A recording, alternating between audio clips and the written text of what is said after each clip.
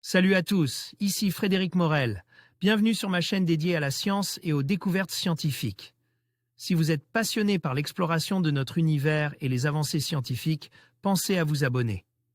Aujourd'hui, on plonge dans un sujet fascinant qui repousse les limites de notre compréhension. Allons-y. Bonjour à tous.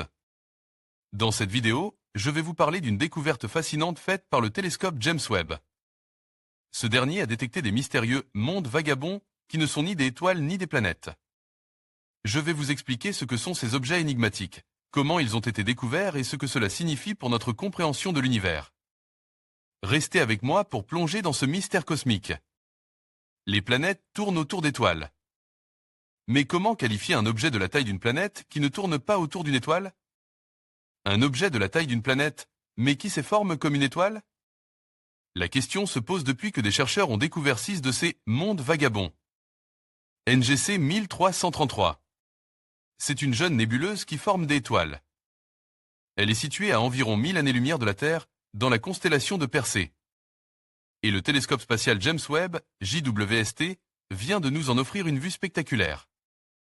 Une image dans laquelle des astronomes de l'université Johns Hopkins, États-Unis, ont débusqué une poignée d'objets hors du commun. Ils détaillent leurs caractéristiques et les conséquences de cette découverte inattendue dans The Astronomical Journal par Théala.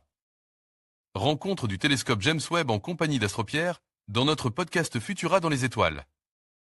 Futura, la sensibilité du JWST aux longueurs d'onde infrarouge nous a permis de sonder la nébuleuse. À la recherche d'objets très peu brillants, raconte Jayawardana, astrophysicien, dans un communiqué. Ce que les chercheurs en trouvent, ce sont 6 objets d'une masse comprise entre 5 et 10 fois celle de notre Jupiter.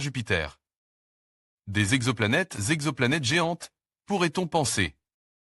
Mais ces objets s'avèrent ne pas être liés par la gravite à une étoile. C'est pourquoi les astronomes les classent dans la catégorie des mondes vagabonds. Des mondes de la taille de planètes forment comme des étoiles.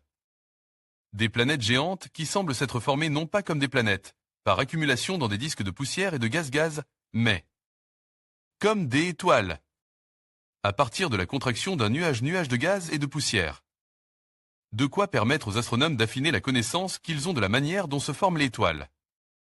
Et les planètes. Parce que bien que le télescope spatial James Webb ait été en mesure de détecter des objets de moins de 5 fois la masse de Jupiter, il n'en a pas trouvé au cœur de NGC 1333. Les chercheurs estiment donc que tout objet plus léger que cette limite aura tendance à se former cette fois comme une planète. Et non comme une étoile. Les astronomes rapportent aussi que le plus léger des 6 mondes vagabonds trouvent dans NGC 1333 est toujours autour d'un disque de poussière. Ils y voient une confirmation que l'objet s'efforme comme une étoile. Car les poussières ont tendance à tourner autour de l'objet central dans les premiers stades de la formation d'étoiles. Mais de tels disques constituent aussi une condition préalable à la formation de planètes. Ces minuscules objets dont la masse est comparable à celle de planètes géantes pourraient eux-mêmes être capables de former leur propre planète, avance le co-auteur Alexander Scholz, astrophysicien à l'université de St Andrews, Royaume-Uni. Nous pourrions avoir, devant les yeux, les premiers instants d'un système planétaire miniature. Bien plus petit que notre système solaire. Ici, la mosaïque de vue à grand champ renvoyée par le télescope spatial James Webb de NGC 1333. En tour de verre, 3 des objets de masse planétaire flottant librement nouvellement découverts. ESA Webb, NASA Andan, CSA, A. Scholz, K Music, A Langeveld, R. Jayawardana vers des mini-systèmes planétaires? Dans les données renvoyées par le télescope spatial James Webb, les chercheurs ont aussi découvert un système binaire. Rare, une naine brune et son compagnon de masse planétaire. Il s'est possiblement forme de la même manière que les systèmes d'étoiles binaires. À savoir, à partir d'un nuage de poussière et de gaz se fragmentant au fur et à mesure de sa contraction. Bousculés par toutes ces découvertes, les astronomes envisagent désormais d'étudier de plus près les atmosphères de ces 6 objets vagabonds pour les comparer à celles des naines brunes et des planètes géantes gazeuses. Ils observeront aussi des objets similaires dotés de disques poussiéreux.